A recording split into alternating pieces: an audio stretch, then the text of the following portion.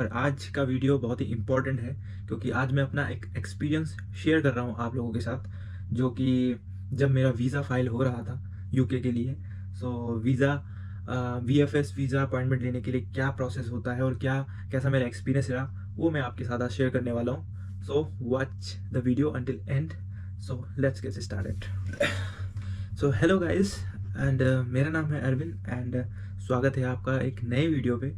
और आज का वीडियो जो है वो बहुत ही स्पेशल है क्योंकि आज मैं बताने वाला हूँ अपना एक्सपीरियंस, जो जब मैं अपना वीज़ा फाइल किया था यूके के लिए और जब मेरा वीज़ा जो मेरा एक्सपीरियंस रहा वीज़ा आने तक का, वो आज मैं आपके साथ शेयर करने वाला हूँ। मैं बहुत टाइम से शेयर करने वाला था, ये वीडियो में बनाने वाला था, बट बहुत सारी चीज़ें, नई कंट्री में आना, नए लोग, नए रूल्स, ये सब चीज़ों में मैं बहुत बिजी हो गया था, तो मैं ये वीडियो बना नहीं पाया। तो मैं थोड़ा बहुत मैंने क्लिक्स जो मैंने वीज़ा इमिग्रेशन के टाइम पे जब मैं वीएफएस इमिग्रेशन सेंटर में मैं जब गया, तो वहाँ का मैं एक्सपीरियंस आज शेयर करने वाला हूँ। सो मुझे याद है कि वो कुछ टाइम पहले हो गया, अभी जब मेरा फाइल जब हुआ था, तो वो से 28 को मेरा वहाँ से मुझे मेल आ गया था कि मेरा वीज़ा फाइल हो गया है। और मुझे उसके बाद अपना फ़ीस जो है वो मुझे फ़ीस होती है, जैसे कि आईएचएस फ़ीस होती है जो कि 3 साल के लिए लगती है। तो मेरा 3 साल का वीज़ा मुझे लग के आया था, तो मेरा 3 साल के लिए आईएचएस फ़ीस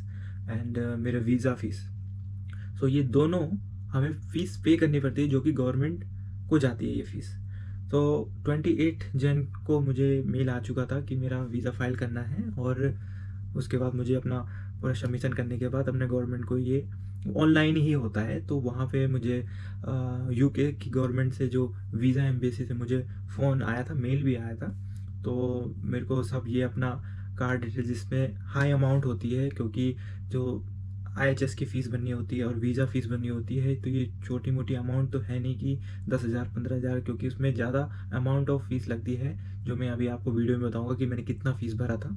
तो वहाँ से फिर एक इमिग्रेशन ऑफिसर मुझे फ़ोन करता है मेरे फ़ोन नंबर पे, क्योंकि वो मेल पे पहले हमने कॉन्वर्सेशन की थी, उसके बाद हमें अपना नंबर वगैरह प्रोवाइड करना होता है, तो वहाँ से ऑनलाइन सब कुछ हुआ था, तो ऑनलाइन ही थ्रू मेरा हुआ था। तो जिस टाइम पे मैंने अप्लाई किया था अपना वीज़ा, तो जो मेरा वीज़ा की जो कॉस्ट थी वो 719 पाउंड, मतलब 719 पाउंड, आप कैलकुलेट कर दीजिएगा इंडिया के अकॉर्डिंग कितना होता है। तो ये और IHS फीस जो मेरी जो थी वो 3 साल की, वो थी 624 पाउंड, मतलब 624 इंटू 3 साल की थी, तो वो होती है 1872, 1872 पाउंड्स हो जाते हैं। तो ये दोनों फीस हमें पे करनी होती है, ये गवर्नमेंट को जाती है। और उसके बाद हमारा वीज़ा लग के हमें अपॉइंटमेंट मिलता है, और वो सारे डॉक्यूमेंट्स हमें वीएफएस ऑफिस में लेके जाना होता है। तो मैं उस समय बहरीन में काम कर रहा था, क्योंकि as you know guys, if you know, अगर आप मेरी वीडियो पहले से देख रहे होंगे और अगर नहीं भी देख रहे होंगे तो इट्स ओके। आपको मैं बता दूं कि इससे पहले मैं बहरीन में काम करता था, जो कि one of the small country of in gulf country, जो कि दुबई के जस्ट 1 घंटे और ट्रैवलिंग लगता है फ़्लाइट में। तो बहरीन एक बहुत ही अच्छा और सुंदर सिटी और कंट्री बोल सकते हो। तो वो मुझे बहरीन में मैंने 3 से 4 साल मैंने वहाँ पे काम किया है। और मैं इससे पहले मैं बहरीन में काम करता था, तो मेरा वीज़ा फाइल वहीं से हुआ था, और वहीं के मुझे वीएफएस ऑफिस में मुझे जाना पड़ा अपना ये सब करने के बाद। तो जैसे ही सबसे इम्पोर्टेंट चीज़, जब आप वीज़ा फ़ीस पे कर रहे हो, अपनी इमिग्रेशन फ़ीस और आईएचएस का फ़ीस जब आप ऑनलाइन भरते हो, तो ड्यू टू ये हाई अमाउंट फ़ी होती है, तो आपके जो बैंक में, सबसे पहले तो आप अपने बैंक में जितने भी लिमिट होती है कि आपको एटलीस्ट 3 और 4 लाख जो इंडियन करेंसी में आप कन्वर्ट करोगे पाउंड्स को, तो इतने लिमिटेशन तो आपको ऑन करनी पड़ेगी आप पहले, या फिर आप क्रेडिट कार्ड आप यूज़ कर सकते हो। मेरा सीन क्या था कि मैंने बहरीन का जो कार्ड था उस पर इतनी लिमिट नहीं थी और मुझे नहीं पता था, तो मुझे लगा मैं बहरीन में हूँ तो शायद यहाँ की लिमिट हो सकती है इतनी। तो पहले सबसे पहले मैंने अपना वो कार्ड यूज़ किया जो मेरे पास बहरीन में मैं यूज़ करता था। हुआ क्या कि वो फर्स्ट टाइम भी रिजेक्ट हो गया, क्योंकि वो इतनी उसकी लिमिट नहीं थी। तो इसलिए हमें, जब भी हम आप लोग कोई भी अगर वीज़ा के लिए अप्लाई कर रहे हो, आईएचएस फीस भर रहे हो यूके के लिए, या फिर जॉब के लिए हो या फिर स्टडी वीज़ा के लिए हो, तो मेक श्योर पहले आप अपना बैंक में कांटेक्ट कर दीजिए, विजिट करो, और वहाँ पे अपनी कार्ड की लिमिट को बढ़ाइए, या फिर आपके पास क्रेडिट कार्ड हो तो उसकी लिमिट भी आप बढ़ाइए, ताकि आपको कोई भी प्रॉब्लम ना आए जब आप वीज़ा फीस आप ऑनलाइन जब भर रहे हो। क्योंकि अगर आपको 3 से 4 बार अगर आपका कार्ड रिजेक्ट हो जाता है, तो ये सारा प्रोसेस फिर से स्टार्ट होने लगता है, क्योंकि उनको लगता है कि ये कोई इलीगल प्रोसेस चल रहा है, तो वो फिर उसका वीज़ा कैंसिल कर देते हैं और फिर उसको बाद दोबारा उसको ये स्टार्ट करना पड़ता है प्रोसेस। तो मेरा टाइम पे भी ऐसे हुआ, तो फर्स्ट टाइम पे मेरा रिजेक्ट हुआ। अगेन मैंने ट्राई किया कि मैं दोबारा शायद में कोई मिस्टेक किया होगा, तो मैंने सेकंड टाइम पे मेरा रिजेक्ट हो गया। तो मैं डर गया कि यार मेरा कार्ड में ऐसा क्यों हो रहा। तो फिर मैंने थोड़ा रिसर्च किया, पता किया, तो फिर उसके बाद मैंने वो कार्ड यूज़ ही नहीं किया। और मेरे पास टाइम भी इतना नहीं था, क्योंकि लकीली मुझे याद है कि जब मैं अपना वीज़ा फाइल कर रहा था, तो 1 फेब को मैंने अपना फाइल किया था। तो और 1 और 2 फेब को, यस, जहाँ तक मुझे याद है अभी। और उसके 3-4 दिन बाद, मतलब कि 6 फेब से इमिग्रेशन फीस की जो चार्जेस थे, हेल्थ चार्जेस थे, वो और इंक्रीज़ हो रही थी। गवर्नमेंट ने यहाँ की जो हेल्थ चार्जेस थे वो और ज़्यादा इंक्रीज़ कर दी थी, जो फीस बढ़ गई थी। तो लकीली मेरा 2 या 3 दिन पहले ही मेरा वीज़ा फाइल हो गया था, तो मेरे को और जो इंक्रीज़ हो गई थी जो फीस, वो मुझे भरनी नहीं पड़ी। बट हाँ, जो लोग अब अप्लाई कर रहे होंगे, डेफिनेटली उनके लिए ये रूल तो नया है कि उनको वो फीस और ज़्यादा बढ़ गई है। वैसे 4 अप्रैल के बाद बहुत सारे रूल्स भी चेंज हुए हैं यूके में, जो कि आप गूगल कर सकते हो या फिर आप यूट्यूब पे देख सकते हो।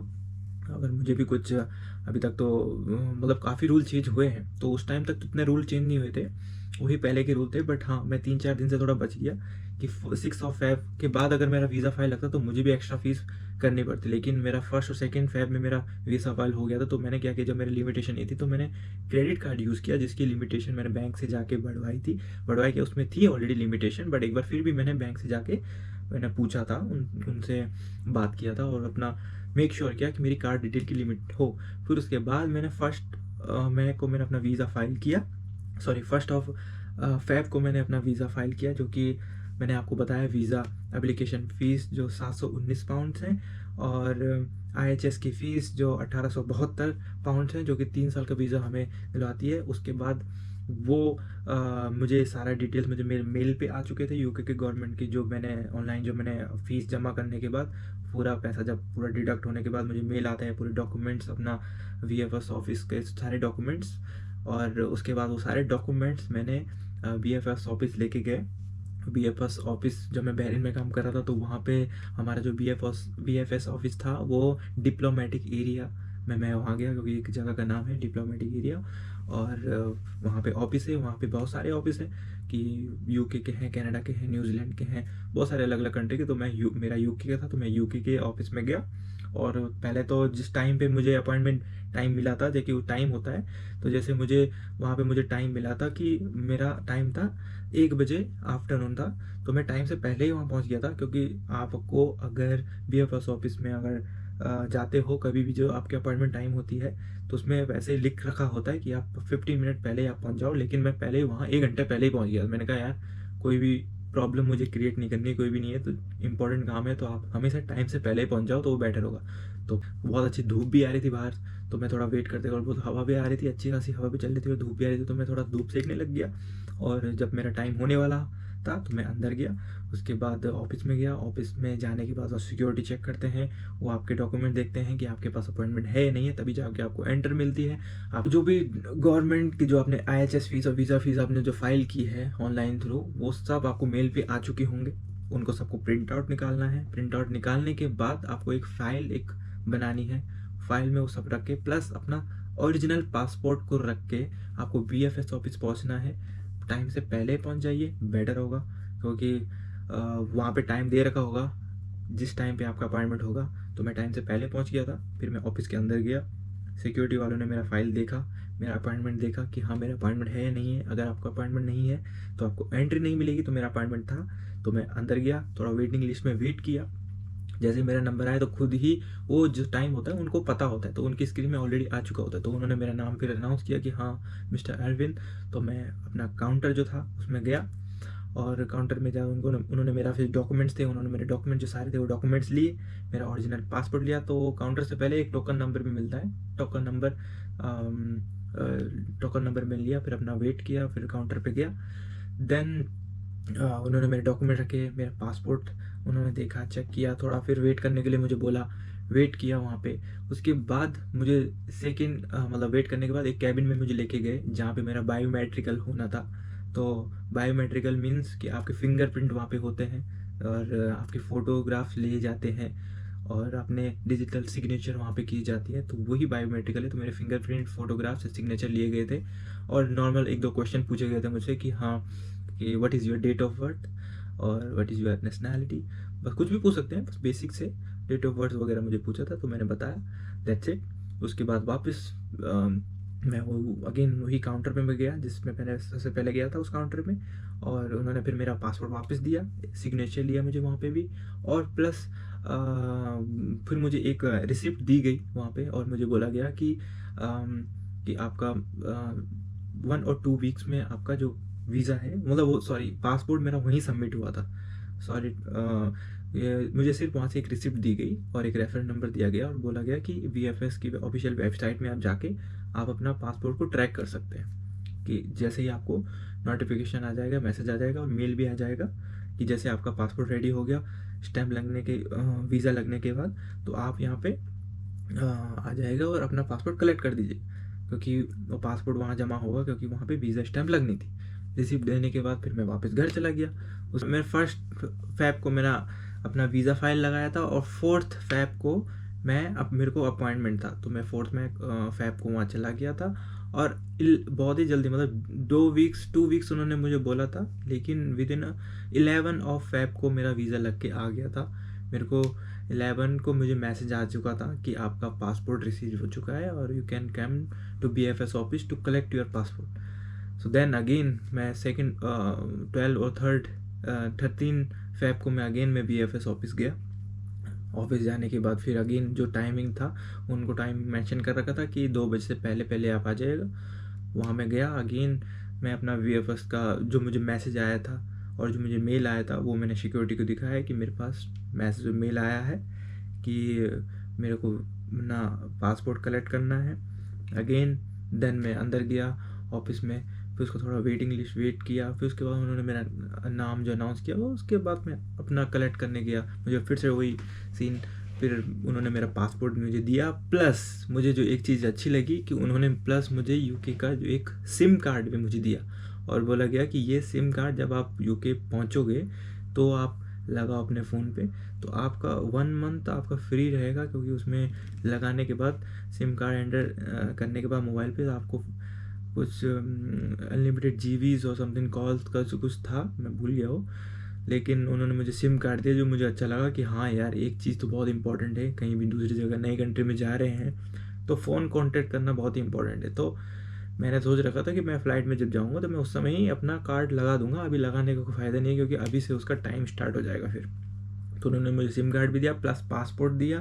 पासपोर्ट पे मैंने खोल के देखा और जो हैप्पीनेस जो मिलती है जब पासपोर्ट, पहले तो मैं 1 वीक तक मैं इतना वरीड और इतना मेरे टेंस था, मेरे को कितना मैं वरीड था कि मेरा पासपोर्ट उनके पास जमा है, कब तक आएगा कब नहीं आएगा। हर एक दिन मैं डेट देख रहा हूँ, टाइम देख रहा हूँ, मैसेज देख रहा हूँ, मेल देख रहा हूँ, लेकिन कि मेरे को मैसेज आ जाए, कहीं से मेल आ जाए, वो मैं रेफरेंस नंबर चेक कर रहा हूँ कि मैं ट्रैक कर रहा हूँ, वो भी मैं कर रहा हूँ, लेकिन मेरे को इतना टेंशन हो रहा था कि कब मेरा पासपोर्ट आया मेरे हाथ में, कब मेरा स्टैम्प लग के आ जाए, क्योंकि बहुत सारे केस में ऐसे भी नेगेटिव वगैरह यूट्यूब में बताते हैं लोग कि आपका वीज़ा रिजेक्ट हो जाएगा, वो हो जाएगा। ऐसा कुछ नहीं है भाई, 99% ऐसा है कि अगर आपका स्टार्टिंग में आपके डॉक्यूमेंट्स वगैरह सही नहीं हैं तो पहले से ही वो सबमिट नहीं करेंगे, बट ऐसा होता नहीं है, बहुत ही कम चांस है कि आपका वीज़ा रिजेक्ट होता है, लेकिन सबका वीज़ा लग जाता है।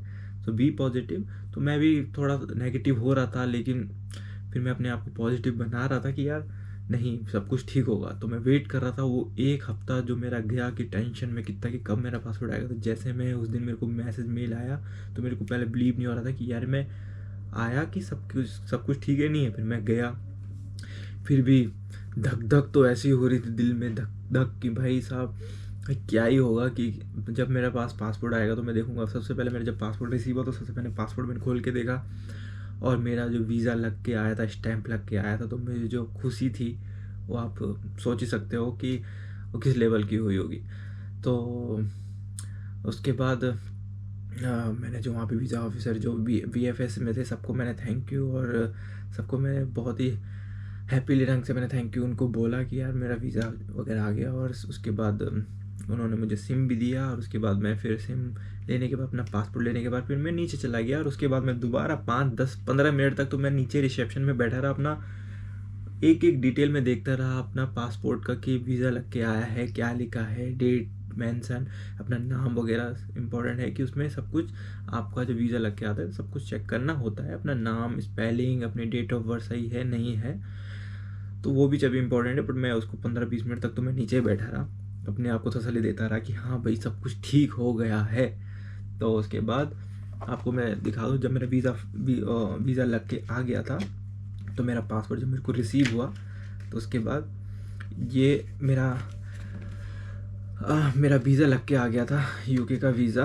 और मुझे इतनी खुशी हुई और उसके बाद मुझे बोला गया कि अब आप अपना टिकट बुक कर सकते हो और आप यूके के लिए ट्रैवल कर सकते हो, you can contact your company और एनी टाइम। सो बट मुझे वीज़ा का आने का वेट था।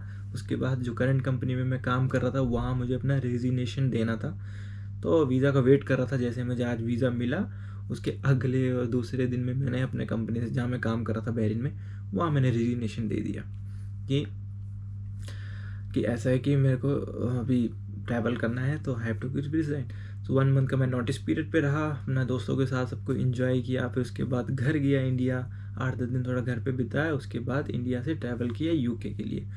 तो यही एक एक्सपीरियंस था मेरा बीएफएस में, जो भी वो था, क्योंकि मैंने लोगों की भी काफ़ी, इससे पहले मैंने वीडियोस भी देखी यूट्यूब पे, जब मेरे को इसकी जानकारी नहीं थी तो काफ़ी अच्छी नॉलेज भी मिली थी जो यूट्यूब में बताते हैं। और उसके बाद बहुत सारे लोग डिमोटिवेट भी करते हैं यार, पता नहीं क्यों, मेरे को समझ नहीं आता कि डिमोटिवेट क्यों करते हो लोगों को कि वीज़ा आपका रिजेक्ट हो जाएगा पर ये हो जाए, ऐसा कुछ भी नहीं है।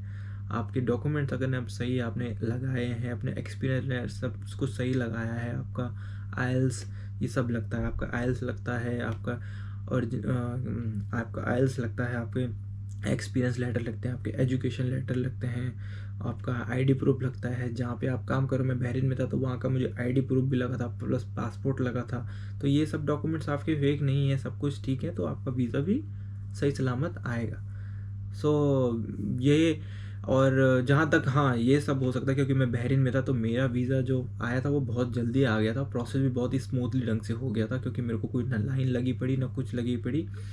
तो ये सब मैंने देखा था कि अगर वही ही चीज़ अगर बीएफएस अगर इंडिया से करते हैं आप और वहाँ से वीज़ा फाइल अगर स्टार्ट करते हैं तो थोड़ा टाइम टेकिंग लगता है, क्योंकि वहाँ बहुत सारे लोग ऑलरेडी ही अप्लाई कर रहे होते हैं यूके के लिए और कनाडा और ये सब कंट्री के लिए, तो बहुत सारे थोड़ा वेटिंग लिस्ट में हो जाती है। जहाँ तक कि अगर आप वीएफएस ऑफिस में भी जाते हो अपना पासपोर्ट सबमिट करने के लिए या वीज़ा फाइल जब वीएफएस ऑफिस में जाते हैं तो वहाँ पे भी बहुत लंबी लाइन लगी रहती है, जो कि मैं काफ़ी वीडियो में भी देखा था। लेकिन टचवुड मैं बहरीन में था तो मेरा काम स्मूथली ढंग से हो गया था, क्योंकि वहाँ पे कोई इतना टेंशन था नहीं, इतना कुछ प्रॉब्लम हुआ नहीं मुझे। तो बीएफएस में भी काम बहुत अच्छे ढंग से हो गया था। जस्ट मैंने अपने डॉक्यूमेंट लेके गया, पासपोर्ट लेके गया, पासपोर्ट जमा हुआ और विद इन 1 वीक में मेरा वीज़ा लग के भी आ गया था।